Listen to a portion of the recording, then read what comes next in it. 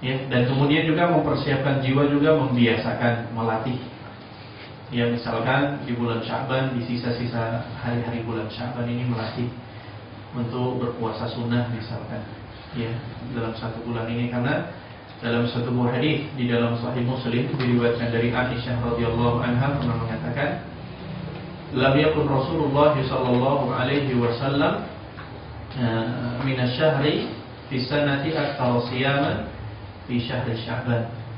Tidak pernah Rasulullah SAW memperbanyak puasa sunnah di bulan-bulan lain melainkan di bulan Sya'ban. Ini menunjukkan bahwa Rasulullah SAW memperbanyak puasa di bulan Sya'ban, akan tetapi tidak mengkhususkan sebagaimana yang menyebar sebagian kaum muslimin. Ada istilah keutamaan nisfus Sya'ban dan lain segala macam. Al-Imam Ibnu Hajar mengumpulkan beberapa banyak hadis yang lemah berkaitan tentang keutamaan tersebut.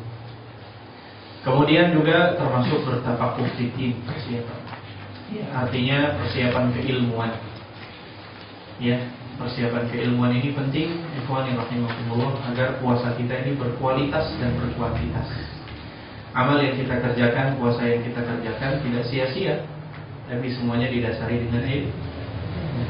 Ya, jangan sampai hanya sekedar lapar dan dahaga saja, kalau itu sepertinya bisa. Ya, dari mulai menahan untuk tidak makan dan minum. Maka butuh yang namanya keilmuan agar kemudian puasa kita tidak sia-sia. Jangan sampai kita yang pernah disinyalir oleh Rasulullah SAW dalam satu buah hadisnya, "Rubba sha'imin laisa lahu min siyamihi illa al-ju'." Berapa banyak orang yang berpuasa, dia tidak mendapatkan apa-apa dari puasanya kecuali hanya lapar saja. Wa rubba qa'imin laisa lahu min qiyamihi illa as-sahar. Dan berapa banyak orang yang bangun malam, dia tidak mendapatkan apa-apa dari salatnya kecuali hanya bergadang saja. Ini menunjukkan bahwa segala sesuatu bentuk amal maka harus dilandasi dengan ilmu. Ya, maka kalau di antara kita belum memahami atau belum belum memahami betul hal-hal yang berkaitan tentang ahkam siyam, hukum puasa, pembatal puasa, sunnah berpuasa, sunnah ketika berbuka dan lain segala macam, maka butuh yang namanya amunisi ilmu agar kemudian di dalam melaksanakan puasa ini didasari atas dasar ilmu. Kemudian yang selanjutnya mengatur sebaik-baiknya program di bulan Ramadan. Ini perlu yang namanya manajemen Ramadan. Karena bulan Ramadan ini adalah universitas dengan program akselerasi, percepatan. Kalau kita istilahkan madrasah Ramadaniyah, ya, cuma 29 atau 30 hari kurang lebih. Maka dibuat schedule, ya, dengan program sebaik-baiknya di bulan Ramadan agar kemudian selesai kita berada di madrasah Ramadan ini bisa memberikan perubahan yang signifikan persiapan 11 bulan yang akan datang. Itu yang kita harapkan.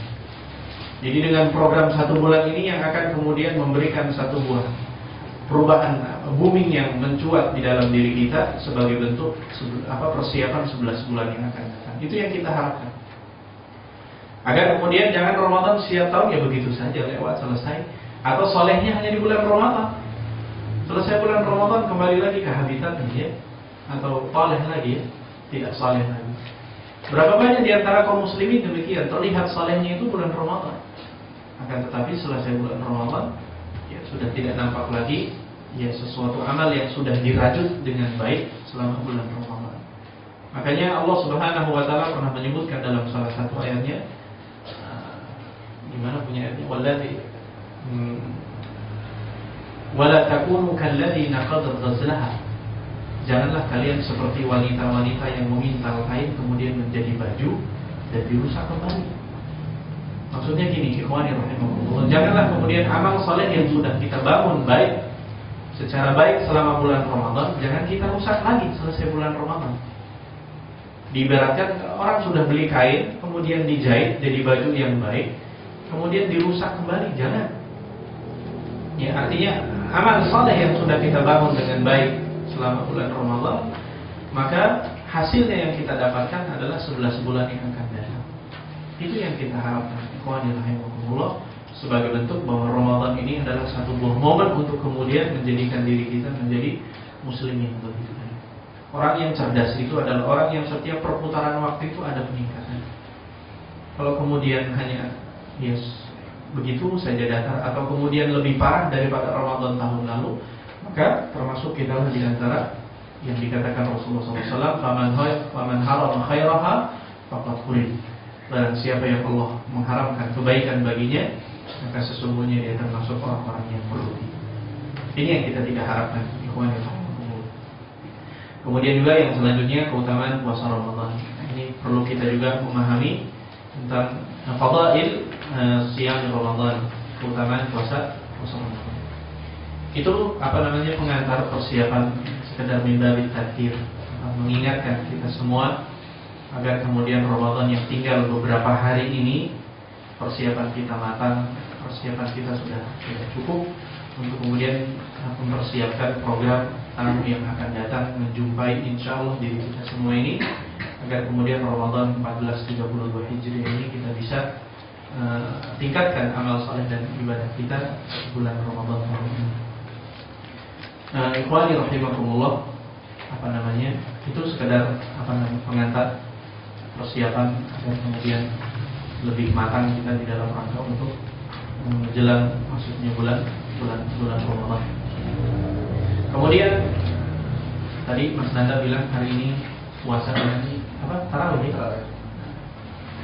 Ya, bab yang kedua berkaitan tentang ahkam siyam Ramadan. Hukum puasa Ramadan. Saya kira kalau keutamaan puasa keutamaan bulan Ramadan sudah tahu ya. Banyak bulan Ramadan, syahrul Ramadan, syahrul siyam. Bulan Ramadan, bulan berpuasa. Ya, di puasa itu puasa yang wajib di dalam agama kita, di puasa di bulan Ramadan. Ya, sebagaimana kenapa disebutkan wajib? Karena memang disebutkan di dalam nas Al-Qur'an, kemudian di dalam sunnah dan ijma' para ulama. Kalau sudah disebutkan ijma', la majal fihi ikhtilaf, tidak ada peluang untuk kemudian berbeda pendapat. Ya, jadi sudah ijma' ini merupakan bahwa puasa yang wajib puasa di bulan Ramadan. Dan dia juga termasuk di antara rukun min arkanil Islam. Rukun di antara rukun Islam. Bunyal Islamu ala khamsin, hadits dari Abdullah bin Umar. Salah satunya siyam Ramadan, berpuasa di bulan. Yang kedua, syahrul Ramadan, syahrul Quran, bulan Ramadan, bulan Al-Quran.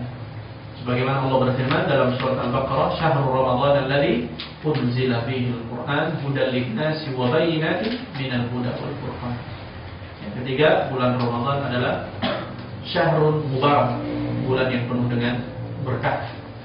Sebagaimana dalam satu hadis dari Abu Hurairah, bulan yang penuh dengan keberkahan dikatakan bahwa tuftahu fihi abwabul jannah, dibukakan pintu surga, wa tughlaqu fihi abwabul jahim, ditutupkan semua pintu-pintu neraka, wa tughallu bihi syayatin, semua syaitan dibelenggu, wa fihi lailatun khairum min alfi syahr, ada satu malam yang lebih baik daripada 1000 bulan. Ya, wa man harama khairaha faqad hurim. Barang siapa yang Allah haramkan kebaikan di dalamnya, maka dia termasuk di antara orang-orang yang merugi. Ya, puasa.